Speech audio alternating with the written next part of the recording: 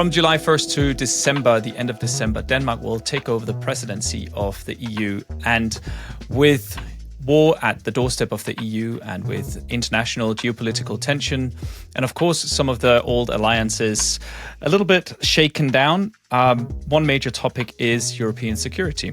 And that's what we're going to talk about today. And welcome to Allies and Innovation. My name is Mikkel Svold, and with us we have Christine Nissen, who is the chief analyst at Think Tank Europe, and she has special insights into European defense and security. Welcome to you, Christine. Thank you so much, Mikkel. And with us we also have Séverin Schnepp from Terma. Welcome to you, Séverin. Thank you, Mikkel. And you are the Associate Director for European Affairs in Terma. I think I want to start out just by getting the groundwork done, both for my sake, but maybe also for some of the listeners. What is a European presidency and what does it mean, Christine? Yeah, so an EU presidency is when one of the 27 EU member states takes over responsibility of leading the European Union, so to speak, for 6 months. And the presidency rotates among member states in a set order. So each member state gets a turn in sort of guiding the EU's discussions and decision-making process. That said, the presidency, when you hold the presidency, you don't have the power as such to make decisions on your own, but you do play a key role in shaping the EU's agenda. This is done by the country, in this case Denmark, chairing a lot of meetings and helping to find compromises between other member states and push forward certain policy priorities. And this presidency, exactly as you mentioned, will focus quite a lot on security and defense because this is what is present at this time. So in that sense, you do inherit quite a lot of the stuff on your agenda, but you're also able to push forward some general priorities that are in the interest of Europe as such. Yeah, because I was just about to ask, how much influence do you actually have over the agenda? Do you set the agenda yourself, or is it something that is in conjunction with the other ministers in the other member states? Or how does it actually work? Yeah, so in reality, each presidency country go out. Denmark hasn't done that yet, but will have a presentation of their priorities for the presidency as such. But in reality, there are a lot of legislative processes that are already sort of rolling, and the presidency countries' role is to get those to continue rolling. So I'd say most of it you don't have much influence over yourself. It's both sort of external, the external reality that forms this period of time while your country holds the presidency, and then it's also the internal legislative processes that are already sort of decided beforehand. But that doesn't mean that it's not an important task, and also a task where you are able to push forward certain agendas. If I can complete, of course, fully agree with what Christina has said. I think three comments. The first one is that an EU presidency is every 13 years and a half, so it's quite unique and it's not happening that often. The second comment is indeed about the influence. I think something that we need to be aware of is it's a time constraint. It's 6 months. 6 months. It's a very short time in EU legislative process, where usually the average legislative process is 12 to 14 months. So in 6 months, what you can do is either initiate, progress, or conclude, but you will never there might be exceptions, but usually you're never able to complete the full cycle. And I think we should also not forget, as Christine mentioned, that it's a diplomatic exercise for the foreign affairs policy of the country. It's being a deal broker, so finding compromise and developing consensus. But beyond that, it's actually a nation branding exercise. This is a moment for 6 months where the country can showcase its cultures, its societies, its values, and basically, how does this country contribute to the European project? What is its vision for Europe in a way? And I think that's quite important as well. It's the big external parts of what we will see, what citizens will actually see during the 6 months. If we look at the history of Danish involvement in the EU or in the EU collaboration on, of course, policing and also the military, it's been, let's say, rather skeptical. Denmark's been rather skeptical to this joined European force. That has shifted. I don't know what has happened, and of course, some of the things are obvious, but yeah, what has happened? Christine? Yeah, no, you're exactly right. Denmark has, for many years and before they even existed, an actual EU defense and security policy. Denmark has had these opt-outs, including one in security and defense, excluding Denmark from participating in that framework. That was following the Danish no to the Maastricht Treaty in 92. There's been quite a lot of Danish no to EU integration, and now you asked sort of about the Danish EU skepticism, and I think that the nature of that skepticism has traditionally been about this Danish fear of losing sovereignty, which is a bit interesting, given that Denmark is such a small country, but nevertheless. And then you had this process where you created opt-outs towards those areas of EU cooperation that felt especially as key areas when it came to the potential of losing sovereignty. And then when it comes to security of this defense, we have always, in the Danish context, had NATO as the perceived main and only framework for our territorial defense, which does make a lot of sense. For many years, the EU framework had nothing to do with territorial defense, and we've had this both a public and a political caution towards deeper defense integration.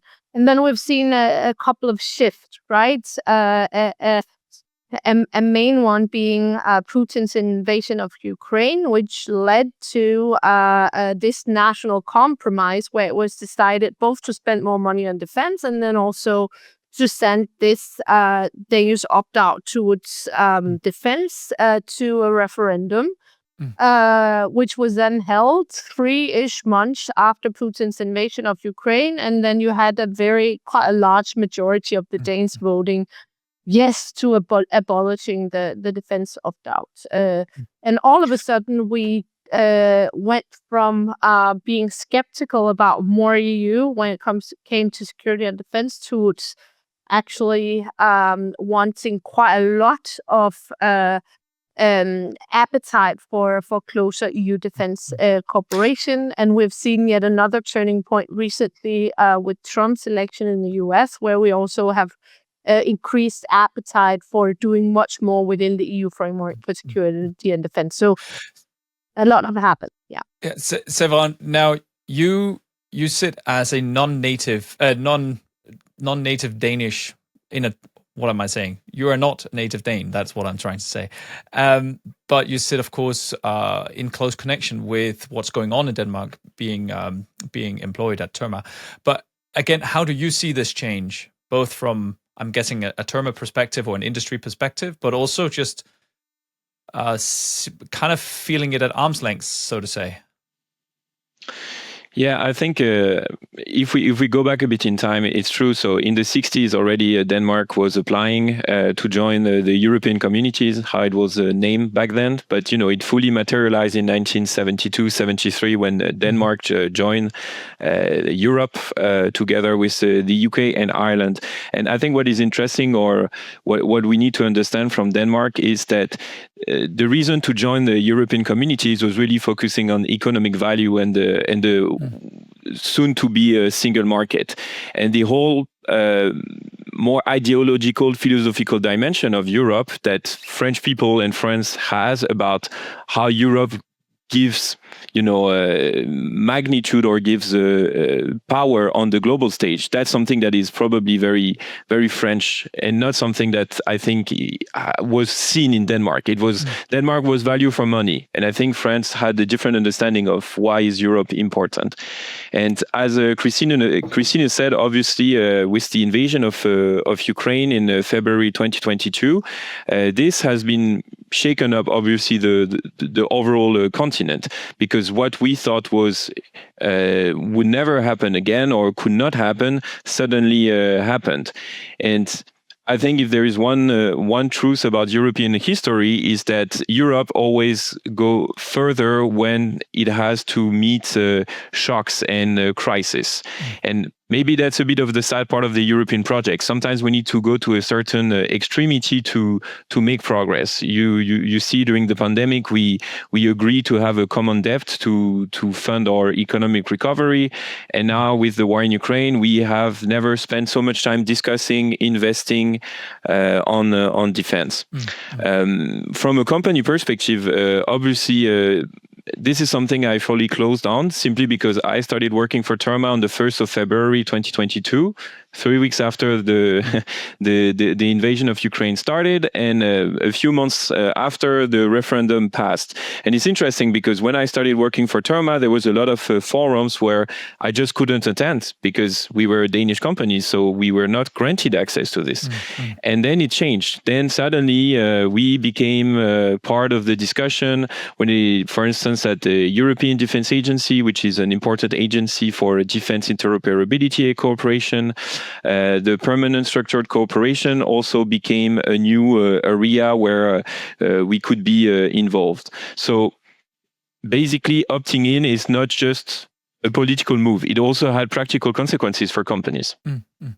And do you think this shift in the attitude towards EU, a collected EU defense, that shift in attitude, is that mainly political, or do you also see it in the general public? If I can come in, very much also in the general public, and this is quite interesting because historically we have had this gap where, in a Danish context, the political elite has been much more pro-European than the public, especially on some of these issue areas such as defense. But now we very much see how the political elite and the public is aligned on the issue of defense. I actually did. And also, yeah. Is this mainly in Denmark, or is it also across Europe that we have this surge towards? We do see similar trends across Europe. I would say that Denmark is one of those countries that are also, given how it was before, in terms of our political skepticism that Séverin described. There has been quite a big change in Denmark, but we do see similar trends across Europe. Of course, with major differences here. Maybe we can go into some of those afterwards. But I would say, what I wanted to mention was that I recently did a poll of the Danish population, taking the temperature a little bit on these questions, and we had some very, even for me, surprisingly high numbers in terms of the appetite for more EU when it comes to security of defense. I can just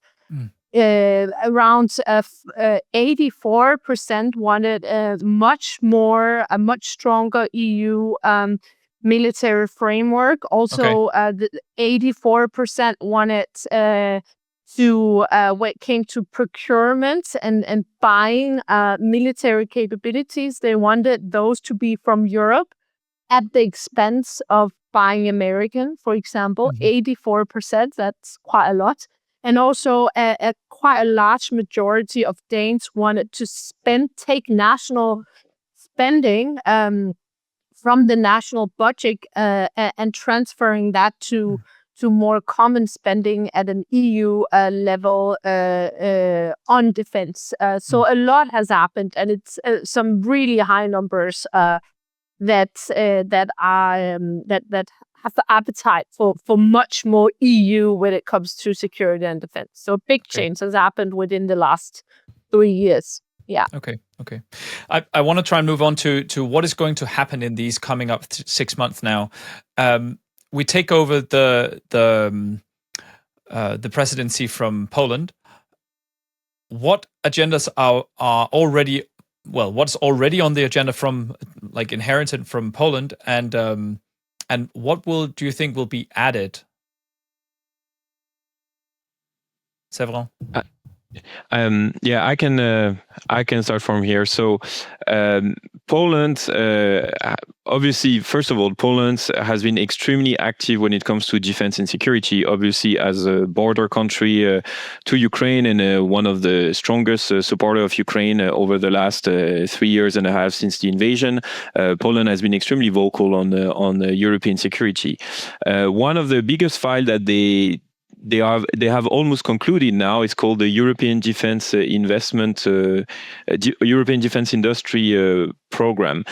This is basically a new instrument, a new funding instrument that aims at supporting both joint procurement of defense capabilities. So basically, when a group of European countries would buy defense equipment together, they would receive financial incentives, and by putting bigger orders, that would also help producing faster and simplifying the logistics. It's on the same model than the vaccines during the pandemics. If you make bigger orders, you can get much more efficiency in how you produce and you deliver. And the second part of this program is also an instrument to support Ukraine. So we are coming to an end to this on the discussions, but there's still a bit of work to finalize. And one of the big questions is also related to the investment part, or the money. I think this is the money is a big question on how do you fund defense, and how do you use this money to incentivize European collaboration. There is also a big discussion at the moment on a joint loan. It's called the SAFE instrument. In very short, the EU wants to borrow 150 billion euro on the markets to help supporting European defense collaboration. So that's two of the main topics where Poland made huge progress, and I think Denmark will definitely play a key role in finishing the job, I would say. Séverin, you mentioned at the beginning of the interview that you have these that you see the process in three kind of categories. So you can initiate, you can push the process, or you can conclude stuff that's already going on. Where are we when we take over the presidency? Where are we on say the budgeting side, Christine? Where would you say we are, and what is the goal of the presidency in Denmark? Is that to conclude, or is it to push the process still? Yeah, it's a bit of a mix, right? There's no, because exactly as Séverin has just mentioned, that there are quite a lot of new concrete initiatives specifically on defense and defense industry that are being rolled out under this new commission. And here the Polish presidency has pushed a lot of the legislative process, and there will be some conclusion to do for Denmark in terms of the European Defence Industrial Program, which is expected to reach its final negotiation stage under the Danish presidency. So there's that in terms of finalizing some of the legislative processes. And then we have this SAFE, the loan facility that Séverin mentioned, that is now being adopted, but where we'll have an implementation phase that will soon start, where member states can begin to apply for funding. And of course, this is mostly the Commission doing that. steering that process, but it's still something that is going on during the Danish presidency. And then the third point, which I think Séverin was mentioning, was this presentation of the new defense omnibus package, a legislative package aimed at simplifying and harmonizing some of the defense procurement rules. This is something that the Commission will launch right before Denmark take over the presidency, but it's also something that will be sort of played out and discussed during the Danish presidency. So I think that Denmark will have a bit of both, or all of these roles. And there's no doubt that from a general perspective, that when Denmark steps into the presidency, and this is also interesting, right? Because it's the first time they have had the presidency without an opt-out. It is a crucial moment for EU and European defense. And Denmark will oversee the rollout and the implementation and some of the final negotiation of some of these new defense initiatives. So a bit of both. We have the I would call it an intelligence warning, readiness 2030. That's basically says that we need to be ready for war by 2030. I can't but think, are we going to be ready, for one? And is it soon enough? And is it big enough? Also considering the negotiations that will now come.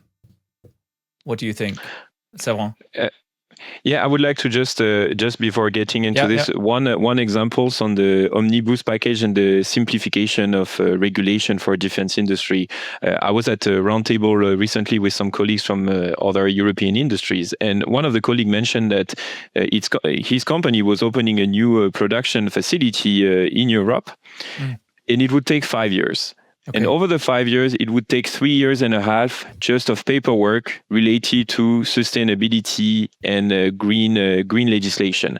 Now, it's difficult to say that it's intricate, right? So you have EU regulation and then you have national laws. So it's not just EU and it's not just national law.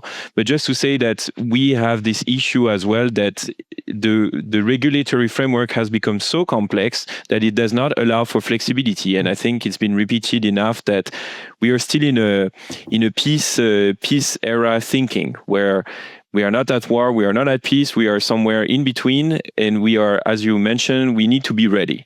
Now, to answer the readiness 2030, I think the first question is, what does it mean to be ready? And I think it depends on the domains that you would be looking at, the gaps that we need to fill in, the investment we need to do, and how fast this investment will actually materialize into something concrete.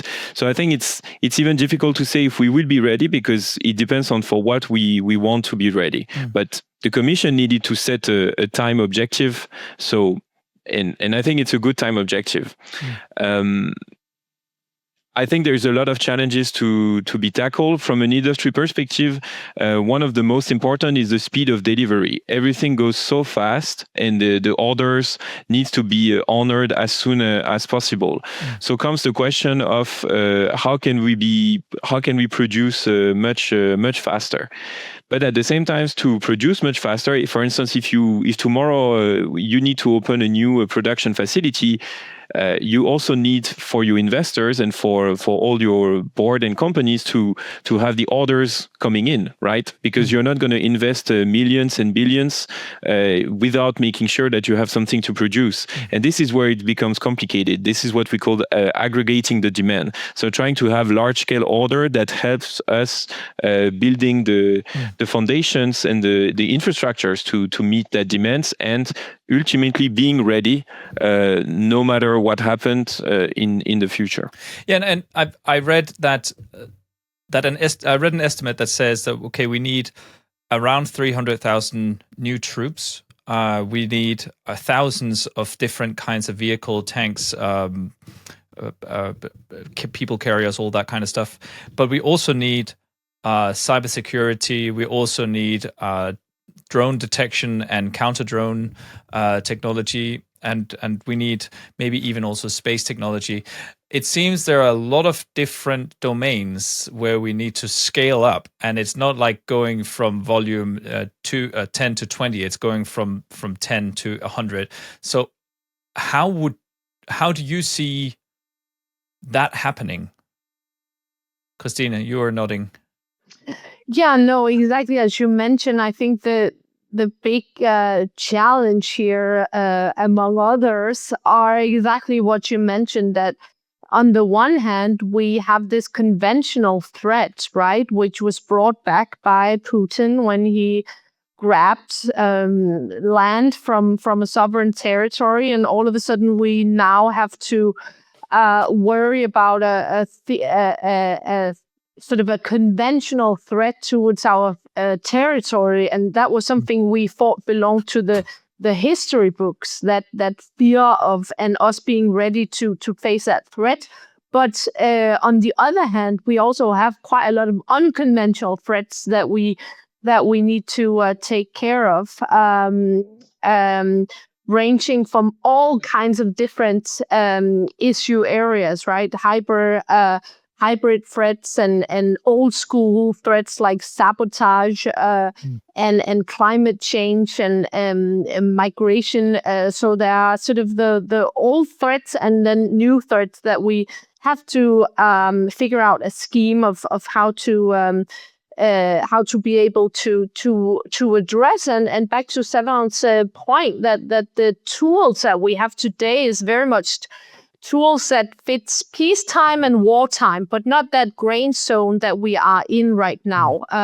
So a lot of things are, something we need to build as we go along, and it's not just politics where you make a decision and then you implement it within a fairly short time period of. It's a process where we have to rethink some of the ways that we think and work with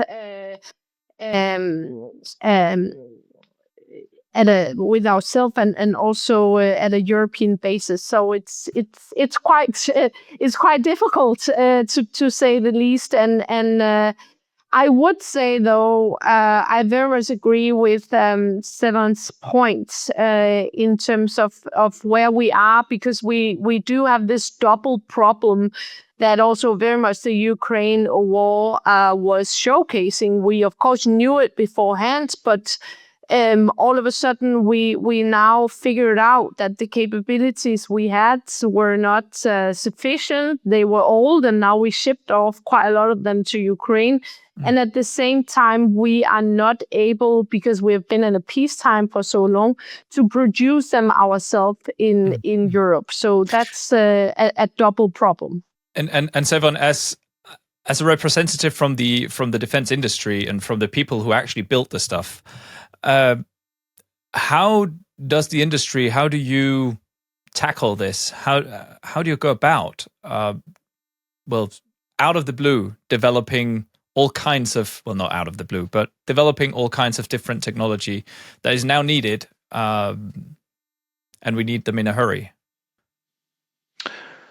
Well, at the end of the day, the industry produce what the armed forces need. And I think we sometimes we can forget in this discussion that all of this, the Commission and the European Union institutions are enablers of cooperations. But we still have 27 governments, and the governments are the one buying and procuring the defense equipment.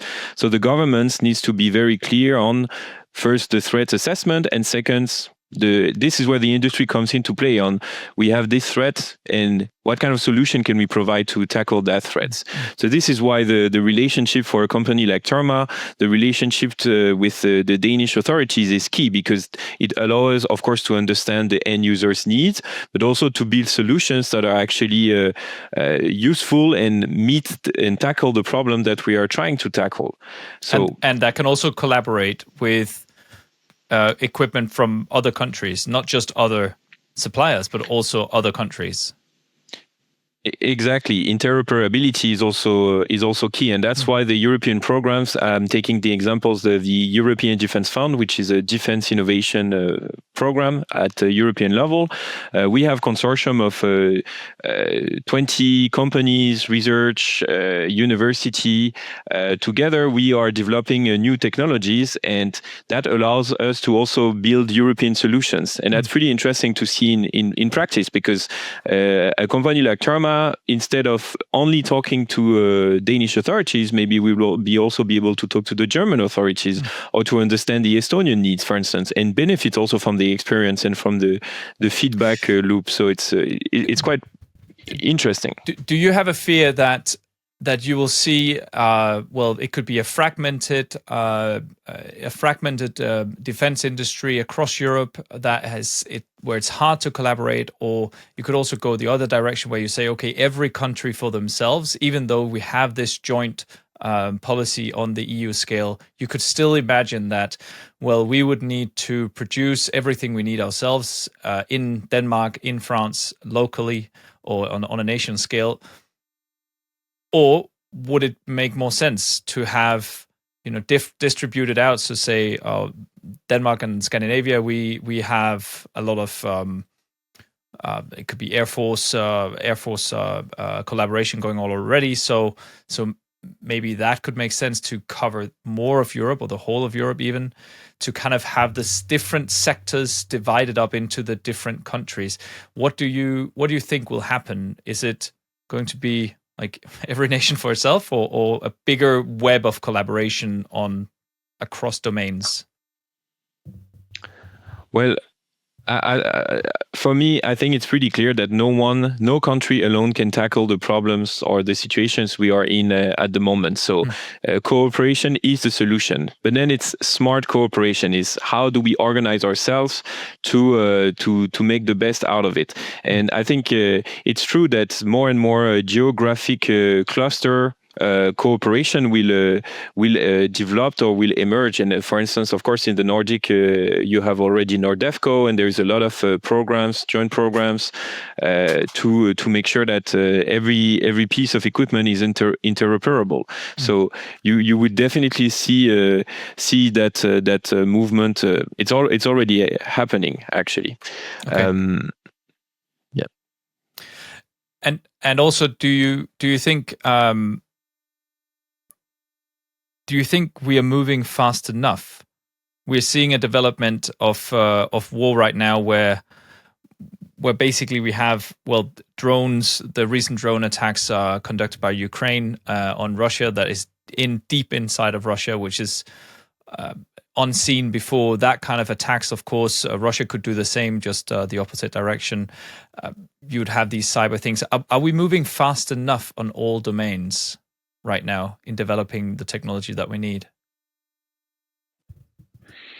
I think Europe is not famous for its speed overall, no. But at the same time, I think it's important to also explain that Europe is a democratic project, and democracy means talking to each other, taking time, building the consensus. So we cannot rush into taking decisions. But I think we need to.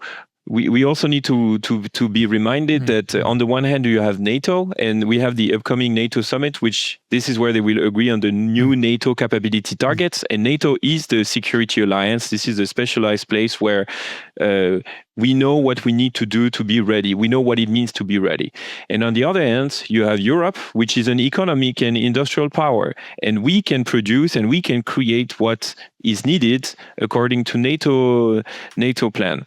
And I think if we manage to combine both, I think we will go fast enough. I think Europe is able to make the right decisions and go fast when it has to. I think one of the discussions, of course, is whether a European-wide defense force will cannibalize on NATO collaboration.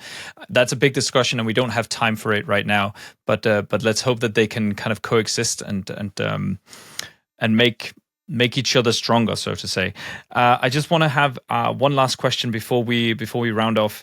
If you were to on your wish list, if you were to choose one outcome that Denmark should aim for or aim to achieve, with the presidency period, these 6 months. Christina, what would that be? What's on your top priority list? Oh, that's a very good question. I have many things on my wish list. I think that one thing that we have talked a little bit about is the timing, right? And there is a bit of a timing mismatch in some of these instruments presented by the EU. For example, the defense industrial strategy and also this safe loan. You are sort of front loading some of the production and procurement milestones to 26, 27, and I think it would make sense to sort of do things a bit faster and bridge that finance gap that we have. We also already have many in the EU talking about the next EU budget and how to sort of figure out how to spend to get a larger share of that to be spent on defense. But that budget it will be years before it steps into effect. So we do have a sense of urgency now that need to be followed up by concrete financing. And Séverin, what's on your top priority list? Yeah, I think I will concur on the first point with the EU long-term budgets, the so-called EU multi-annual financial framework. Denmark, basically by July, the Commission will present its first draft proposal, and then Denmark will have to take the ball and run with it during its presidency.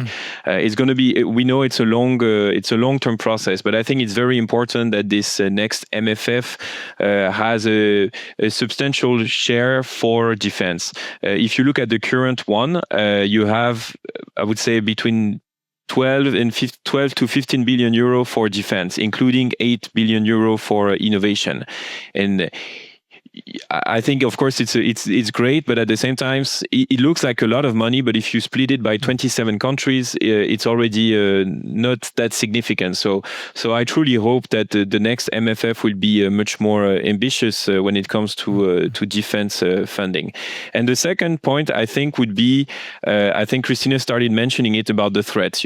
Critical infrastructure protection has become essential, and we are really in the realm of dual use, where some defense technologies can support civilian security and the other way around. And I think this is a place where Europe can also play a role and probably better support the protection of all the existing assets that makes our society working, being prosperous, being secure, being sustainable as well. So. And I also think the recent drone attacks carried out by Ukraine, they underscore that specific point, because in this case they were aiming for bombers and airplanes, but they could just have been directed to any critical infrastructure that could have set out large parts of Russia. And of course the same could go the other way. So I think that point is very strong as well. I think that's it. That's what we'll have time for today. Christine Nissen and Séverin Schnepp, thank you so much for joining us today. It was really interesting having a look inside the EU complexity blanket. Thank you for joining. Thank you so much. Thank you for having us. And of course, to the listeners out there, if you found this discussion interesting, go give us a like and give us a share with your friends and family or colleagues or whoever you think might find this discussion interesting. And if you have any ideas or any questions, any ideas for topics or questions for what we're talking about, reach out to us on podcast@terma.com. And that was podcast@terma.com. And I think with that, the only thing I have left to say is thank you so much for listening.